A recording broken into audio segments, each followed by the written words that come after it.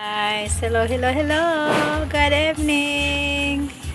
Dito sa Pinas, magandang hapon sa ibang bansa, magandang gabi. Ayan, ayan po. Kita niyo po yung niluluto ko ngayong gabi. Hapunan po namin. Sinanglay na tilapia. Ginataan po yan.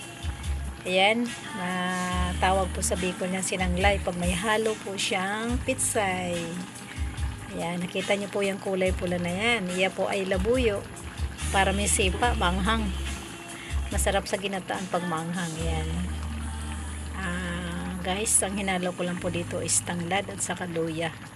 Sarap na po yan. Wala na ibang halo yan. Tanglad lang, saka luya at asin. Depende sa inyo. Kung gusto nyo pasarapin talaga, may magic. Pero salamat mga guys. Ayan. Happy holiday po sa ating lahat. God bless us all. Hanggang dito na lang po, mga kapatid.